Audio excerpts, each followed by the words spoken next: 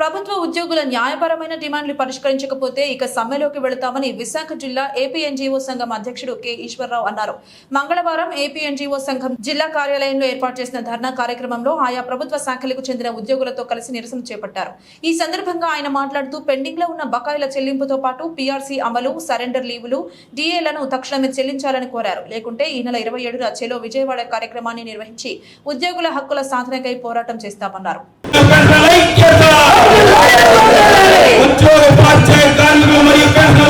OPS అమలు పరచాలని చెప్పేసి supreme court judgement ఇస్తే దాన్ని కేంద్ర ప్రభుత్వం దాన్ని అమలు చేయడం, కొన్ని రాష్ట్రాలు కూడా అమలు చేసింది.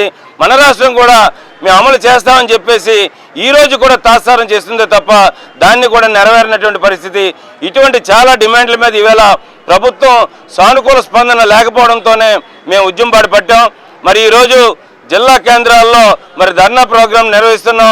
ఇప్పటికన్నా ప్రభుత్వం దిగిరావాలి. లేని పక్షంలో మటుకు 27వ తారీఖున మరి లక్షలాది మంది ఉద్యోగ ఉపాధ్యాయ కార్మికులు, పెన్షనర్లు, కాంట్రాక్ట్ ఉద్యోగులు, అవుట్సోర్సింగ్ ఉద్యోగులు దరిదాపుగా 12 లక్షల మంది ఉన్నారు. మరి లక్షలాది మంది ఉద్యోగులు చలో విజయవాడ కార్యక్రమం ద్వారా ఈ ప్రభుత్వానికి మరి నిరసన తెలపడానికి కూడా మేము సిద్ధంగా ఉన్నాం.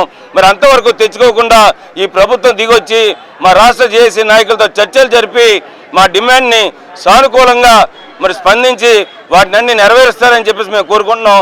లేని పక్షంలో మటుకు సార్వత్రిక సమ్మెకు కూడా ఈ ఉద్యోగ ఉపాధ్యాయ కార్మికులు, పెన్షనర్లు, అదేవిధంగా కాంట్రాక్ట్ అవుట్సోర్సింగ్ ఉద్యోగులందరూ కూడా సిద్ధంగా ఉన్నారని చెప్పేసి ఈ ప్రభుత్వాన్ని హెచ్చరిస్తున్నాం. కామ్రేడ్స్, 5 ఏళ్ళ గడువు అయితే 4.5 ఏళ్ళు సుదీర్ఘమైనటువంటి మేము గడువు ఇచ్చిన తర్వాత మా ప్రయత్నాలు ఫలించకపోవడంతో ఈవేళ తప్పనిసరి పరిస్థితుల్లో జేఏసీ కార్యాచరణ ఉద్యమం నిర్మాణం చేసి అన్ని జిల్లాల్లో, తాలూకాల్లో కూడా పెద్ద ఎత్తున ధర్నాలు, ర్యాలీలు చేపడుతుంది.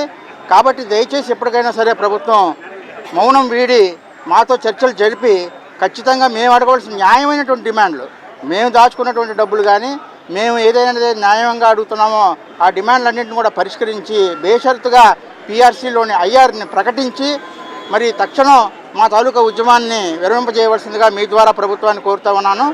ఇలా కానీ జరగకపోతే రేపు 21 నుంచి మరి రాష్ట్ర నాయకులందరూ కూడా జిల్లాల్లో పర్యటన చేసి సెన్సిటైజ్ చేసి రేపు 27ని పెద్ద ఎత్తున లక్షలాది మంది ఉద్యోగులతో చలో విజయవాడ నిర్వహిస్తున్నాం.